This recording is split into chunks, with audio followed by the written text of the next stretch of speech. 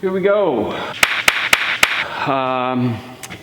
Here at the mushroom farm. For those of you that don't know, about 4 years ago, right as we were having Raleigh, I started a mushroom farm, growing gourmet mushrooms for local restaurants out here in the Whidbey Island, Greater Seattle kind of area. Yeah, I was about 22, 23-ish. I'd never, started a business before. Didn't at that point really have any mentors that I was looking towards for help, knowledge, just, guidance on a young guy trying to start such a big venture.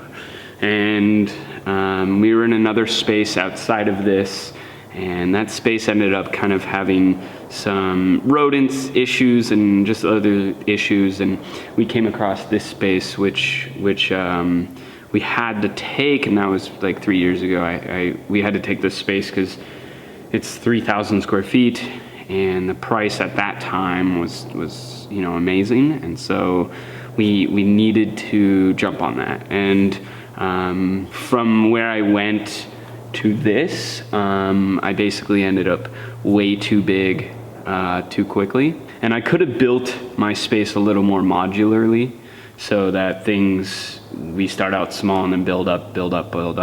But growing mushrooms is not kind of the easiest thing to do in that kind of model. In order to expand anything, you have to shut down pretty much the whole operation, because there's about 4 different stages in growing mushrooms. There's a lab, incubation, grow room, and then a walk-in cooler. So yeah, in order to kind of expand, you have to shut things down. And so my goal was to just build it all. And I come from carpentry. So, building these massive rooms in here wasn't that hard for me. It took a lot of time, and it did take a lot of money. We ended up pulling water from the house on this property, which is like 300 feet away, and we had to dig it all by hand. I ended up redoing all the electrical in here, framing everything. We built the walk-in cooler, put a hot water heater in here. We ended up putting all that stuff in here, and yeah, basically the scale at which I had built it to in here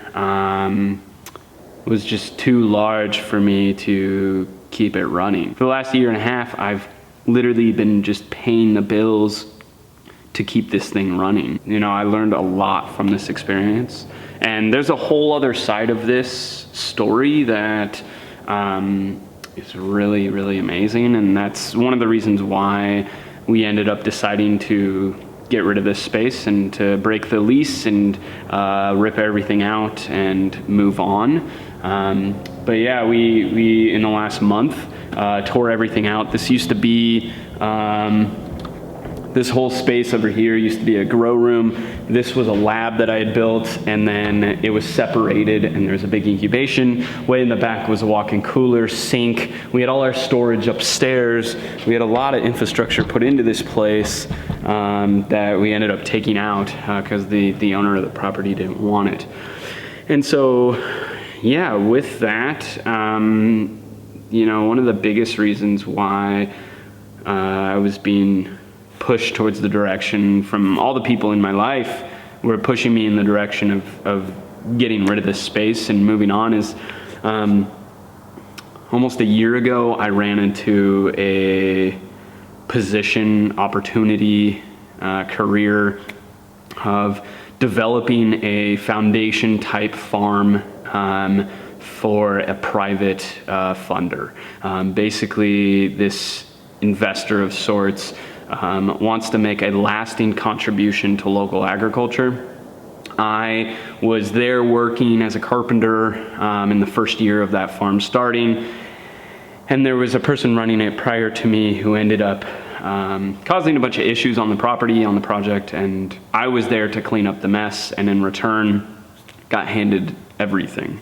And this project has gone from, such a small idea to this massive potential entity of sorts. And from my background of being in the trades and being a contractor and setting up a business and failing, I really feel that it was a good fit, that I it kind of aligned perfectly with where I was at in my life. This was at a spot that I just couldn't keep it up anymore. And I no longer wanted to be a carpenter, but I was really wanting to farm. And I ended up getting this position where my family, Kepi, ended up quitting her job at Mukilteo Coffee and is hopefully going to be going to farm school in the next year or two.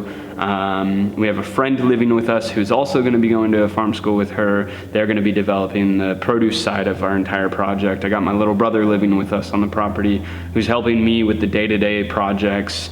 We have 5 acres north of here, about 10 minutes away, that's got, it'll have 2 different rentals on it, being remodeled this winter and spring. And that property is going to become a whole showcase property of sorts. We're going to plant, come the spring, we're going to plant about 220 trees or something of that sort. It's a massive orchard throughout the whole property and making this thing really kind of beautiful and like I said, a showcase of sorts.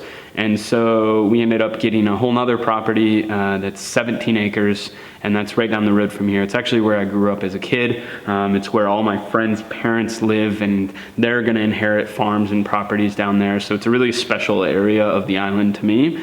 And we ended up closing on 17 acres down there, and it's all completely farmable. And that's the big property that we are gonna be developing into a big farm project of sorts. Our goals right now are all up in the air of sorts. It's a lot of planning and developing. I'm doing a lot of work with the county right now and a lot of work on paper. I have a buddy who is a project manager for a Boeing type company over town, and they went under during COVID. And he's been helping me write a full business plan for this whole farm project. And you know, so we're really in the planning phases and really taking it kind of slow and figuring out what direction we want to go. I'm really lucky with this project that the funder just honestly wants their money to not go to waste, and they want it to go towards a purpose of sorts, and that's local agriculture. And so like I have nobody watching over me, and we have nobody telling us kind of what to do. We're literally handed everything. Like, here, develop this and make this into what you can. And because of my drive and my just forward eagerness, it's really blossomed into this thing it's gonna be a lifetime project. We're gonna develop it potentially into a foundation of sorts that allows us a foundation so that nobody can kind of take it away from us. Nobody can take it away from the funder or me or generations down the line. We can continue this farm, and with that, we have the opportunity to put a full mushroom operation on this new property that's gonna live there forever, and build it right and not renting a space that, you know, we can't take with us. You know, that was a big mistake I made with this farm, is that I didn't make anything mobile. You know, my walk-in cooler I should have built on a trailer. Everything should have built in so that we could have taken it out and put it in a new space. But you know, I didn't do that. I kind of made it all permanent infrastructure, and so it made it really hard to work to it. And so yeah, I'm really stoked for my future. I'm really excited to be out of this space. This space has been emotionally hurting me a lot. It's my baby. I put everything I had into this. I was paying $1,500-$1,600 a month in all its bills just to keep it alive. So, you know, there goes all my savings, all my money I owe to the IRS, everything. You know, I put every chip, every penny I had into just keeping this thing alive. That, you know, at some points I'm definitely like beating myself up about it, and you know, I see this place as kind of a failure, but realistically it wouldn't have gotten me to where I'm at right now. I have one of the most amazing opportunities with this farm project, that if I'm not careful I would lose that.